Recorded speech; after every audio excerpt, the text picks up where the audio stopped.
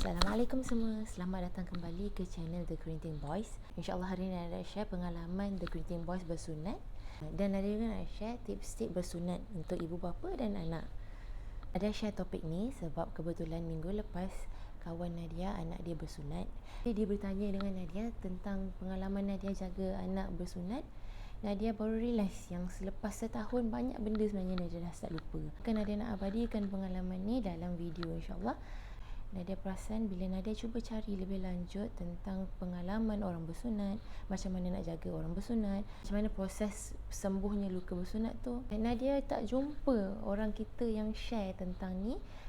Nadia hanya jumpa pengalaman-pengalaman dan juga soalan daripada westerners sahaja. Maybe orang kita tak berapa nak aware ataupun tak berapa nak share tentang isu ni lah. So Nadia hari ni insyaAllah akan share tips-tips. Tapi tips-tips yang Nadia share ni bukan ikut turutan kepentingan, sebagai panduan dan guideline kepada ibu bapa yang ada anak lelaki untuk disunatkan atau ada plan untuk sunatkan anak ni in the future insyaAllah. First tip yang Nadia boleh share adalah research dan survey cukup-cukup dulu. Apa yang perlu disurvey dan research ni? First sekali adalah teknik sunat itu sendiri. Kalau korang baca online, banyak sebenarnya teknik-teknik yang digunakan. Depends kepada doktor dan depends kepada hospital atau klinik mana yang kita pilih. Contoh dia ada teknik laser, ada teknik clamp, ada teknik plastibell. Ada juga yang guna teknik konvensional di mana dia akan jahit selepas dia potong kulit yang lebih tu. Nadia tak nak cerita teknik mana yang bagus. Yang tu depends kepada parents dan depends kepada keyakinan parents tu kepada doktor tu sendiri juga sebenarnya. Kedua yang perlu korang survey adalah kos. Setiap klinik dan hospital mempunyai kos yang berbeza-beza. Depends kepada bajet korang dan depends kepada teknik yang korang pilih. Korang boleh decide lah teknik mana yang korang nak dan klinik mana yang korang nak. Yang ketiga yang korang perlu survey adalah doktor itu sendiri. Doktor ni penting sebab apa? Doktor ni yang boleh menjawab soalan-soalan kita, yang buat kita yakin dengan dia, buat kita selesa dengan dia, dan juga yang boleh buat anak kita selesa dengan dia. Korang boleh research online ataupun korang boleh tanya kawan-kawan tentang feedback dan pengalaman diorang dengan doktor-doktor yang tertentu. Bila korang jumpa dengan doktor, korang boleh tanya sebarang keraguan, sebarang pertanyaan, sebarang penjelasan daripada doktor tu sendiri. Biar korang selesa dengan doktor tu dan biar anak juga selesa dengan doktor tu. Percayalah, part ni penting untuk ketenangan hati seorang ibu. Sebabnya bila kita nak bersunat anak kita, kita akan fikir macam-macam. So bila kita selesa dengan doktor ni, insyaAllah kuranglah sikit kerisauan di hati tu. Macam dekat UAE, untuk budak-budak ni, insurance cover untuk bersunat. So apa yang Nadia hanya perlu survey adalah doktor dan hospital yang Nadia berkenan lah. Susah juga Nadia nak jumpa feedback. Tapi apa yang Nadia buat adalah Nadia jumpa doktor tu sendiri dan tanya setiap soalan yang Nadia rasa Nadia nak tahu. Bila dah jumpa doktor tu, baru Nadia decide lah hospital mana yang Nadia nak. Tips yang kedua adalah timing untuk bersunat. Lepas korang dah cari doktor, korang cari pula tarikh yang korang prefer dan sesuai untuk anak korang dan korang. Make sure tarikh yang korang pilih tu tak ada apa-apa plan, tak ada nak pergi mana, tak ada kenduri, untuk at least 2 minggu pertama selepas bersunat. Sebab apa? Bila 2 minggu pertama yang selepas sunat tu, anak-anak akan ada tendensi untuk nak stay kat rumah saja, tak nak pakai seluar, tak nak jumpa orang. So lebih baiklah kita plan untuk duduk dekat rumah selama 2 minggu tu. Macam Nadia sendiri, Nadia pilih untuk sunat anak-anak hari tu pada Ramadan tahun lepas. Sebab Nadia rasa waktu Ramadan adalah masa yang lebih lapang siang dia. Suami pun balik lagi awal kerja, so lagi mudahlah untuk bantu jaga anak berpantang lepas sunat. Yang ketiga, umur yang sesuai untuk bersunat. Umur yang sesuai untuk bersunat ini depends kepada keselesaan ibu bapa itu sendiri. Macam budaya Arab dan juga kebanyakan orang barat yang decide untuk sunatkan anaknya, diorang decide untuk sunat bila anak tu masih bayi, betul-betul baby lagi. Sebab apa? Pertama sekali, baby ni healing proses dia sangat super. Yang kedua, diorang kurang fussy lepas bersunat tu. Diorang tak ada sangat nak mengada, nak merengek, nak manja-manja. Yang ketiga, proses bersunat itu sendiri lebih mudah pada baby sebab hanya perlukan local anesthetic dan diorang mudah dipegang ketika bayi. Sebab tu ramai yang prefer bersunat anak ketika bayi, senang nak jaga. Tapi Nadia sendiri pun terlepas peluang tu sebab Nadia kononnya plan nak buat dalam pantang. Lepas tu dah habis pantang, lepas tu anak dah besar. Macam tu lah, sebab asyik tangguh-tangguh kan. Tapi jika dah terlepas peluang untuk buat ketika bayi tu, Nadia suggest tunggu dia dah besar. Kita boleh explain apa yang akan berlaku, kita boleh explain apa proses dia, kita boleh bagi tahu dia kenapa kena bersunat. Macam di UAE, diorang punya konsep adalah semua bersunat kecuali bayi akan dibuat under sedation.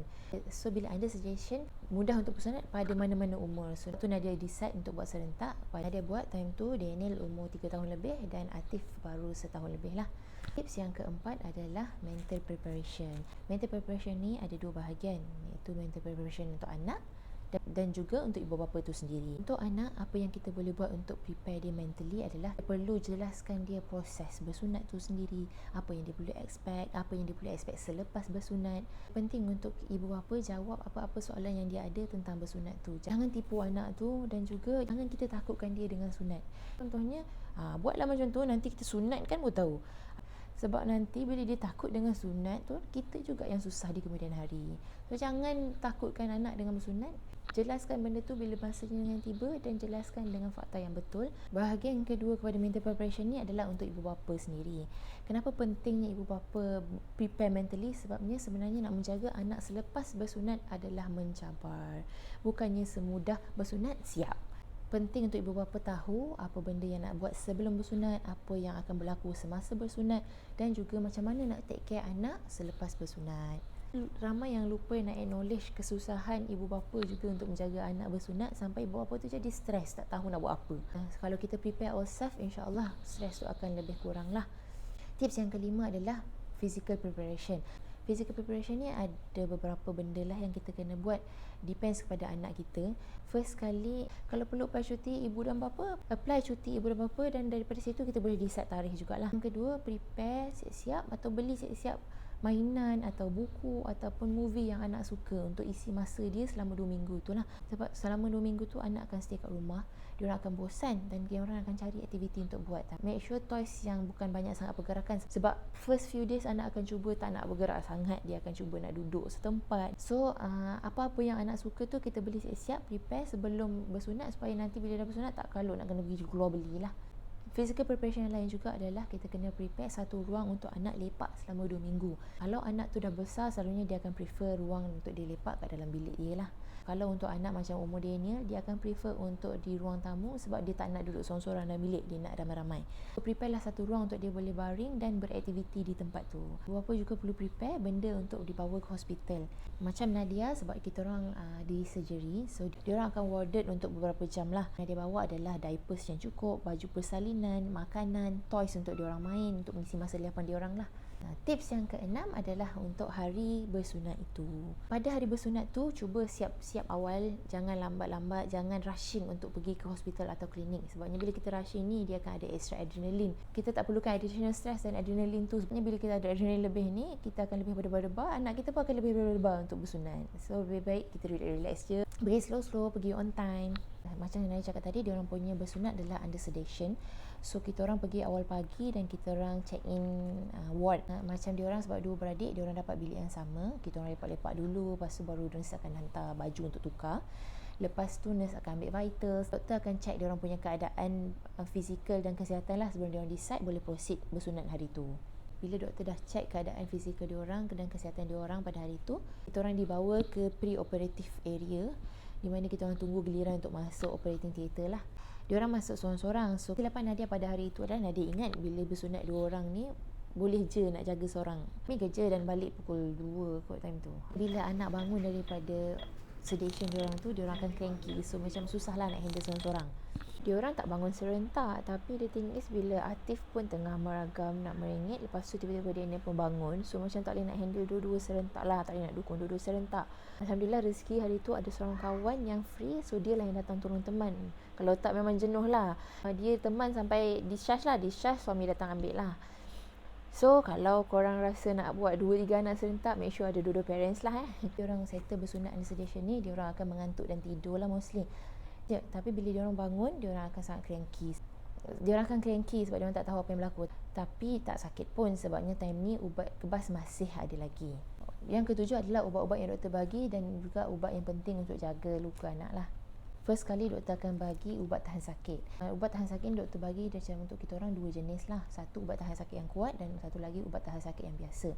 Ubat tahan sakit yang kuat ni boleh bagi immediately atau before ubat kebas anak tu start hilang, supaya bila dia dah makan ubat tahan sakit tu dia tak sempat nak rasa sakit selepas ubat kebas tu hilang. Ubat tahan sakit yang biasa ni untuk hari-hari kemudian, macam untuk hari ketiga dan keempat seterusnya lah.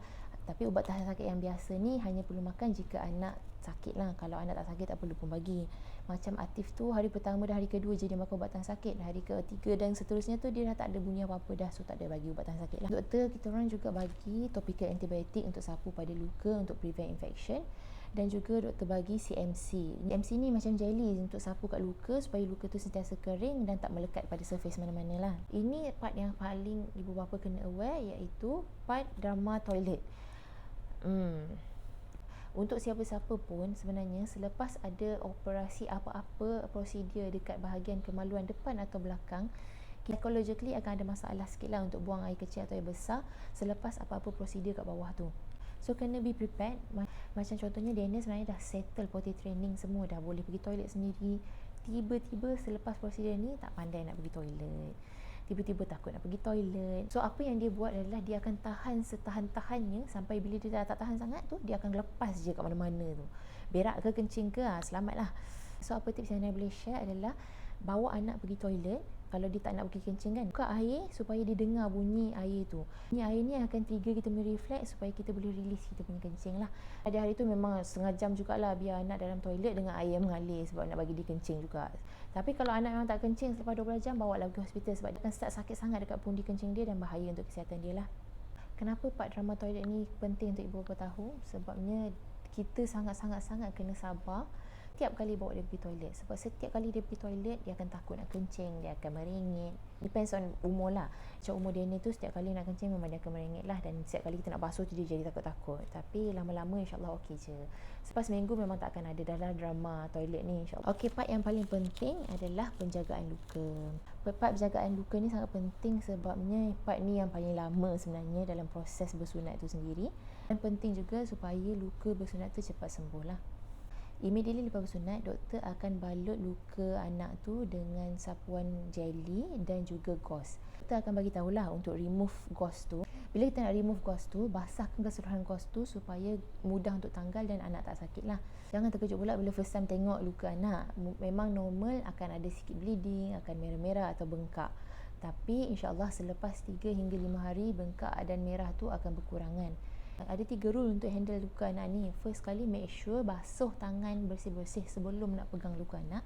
Kedua, make sure luka tu sentiasa dalam keadaan bersih. Dan yang ketiga, setiap kali kita lepas cuci atau basuh luka anak, make sure kita lap kering-kering. Preferably dengan tisu lah. Jangan guna cotton yang loose tu sebabnya nanti dia akan melekat kat luka dan jadi satu kerja pula nak buang cotton-cotton yang melekat tu. Bila kita monitor anak tu, first kali dalam masa 12 jam kalau anak tak kencing langsung selepas bersunat, bawa pergi hospital. Ataupun ada darah yang tak berhenti, bawa cepat-cepat ke hospital lah. Sebab itu dikira emergency. Kita monitor juga dalam masa seminggu ni kalau bengkak tak turut-surut, ataupun juga kalau nampak ada infection, which is nanah lah. Kalau ada nanah yang mengalir tu, make sure bawa pergi jumpa doktor semula.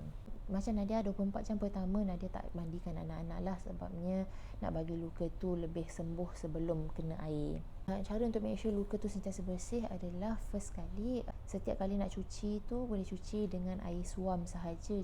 Jangan sabun atau gosok kawasan tu kuat-kuat sebab nanti dia akan berdarah balik lah. Lepas tu kalau anak pakai pampers, boleh kerap tukarkan pampers dan juga pakaikan pampers tu secara longgar. Jangan pakai ketat-ketat sebab nanti pampers tu akan tekan kat luka dia, nanti dia sakit. Baby atau anak yang masih kena dukung, make sure bila dukung tu tak tekan dia punya kemaluan depan tu lah, sebab nanti berdarah semula ataupun dia pun sakit.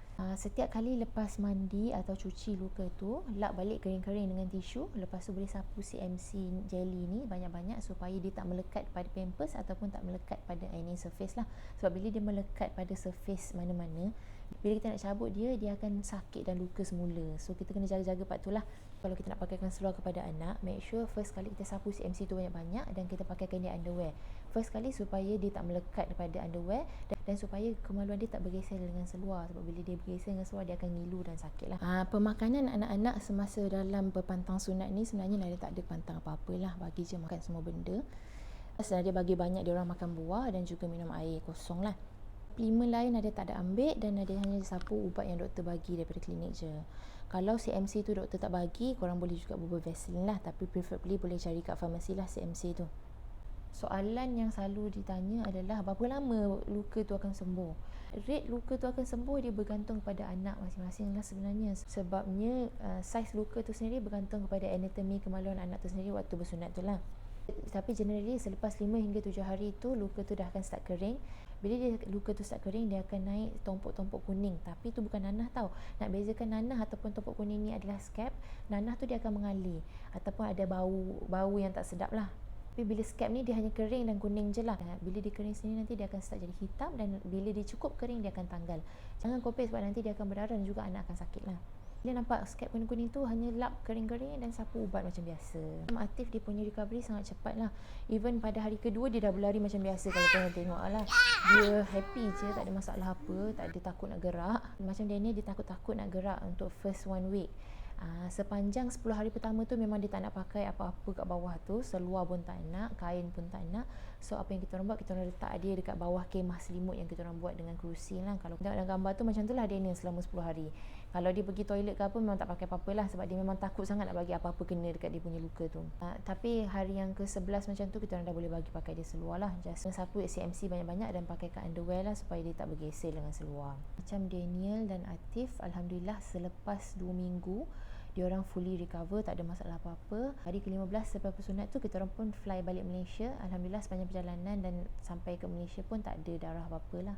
So sepanjang 2 minggu tu penuhkanlah aktiviti anak-anak supaya anak-anak tak bosan dan tak fokus kepada luka dia lah. So Nadia share 9 tips untuk siapa-siapa yang ada plan untuk sunatkan anak in the future, ataupun untuk reference kepada ibu bapa yang nak bersunat anak in the future.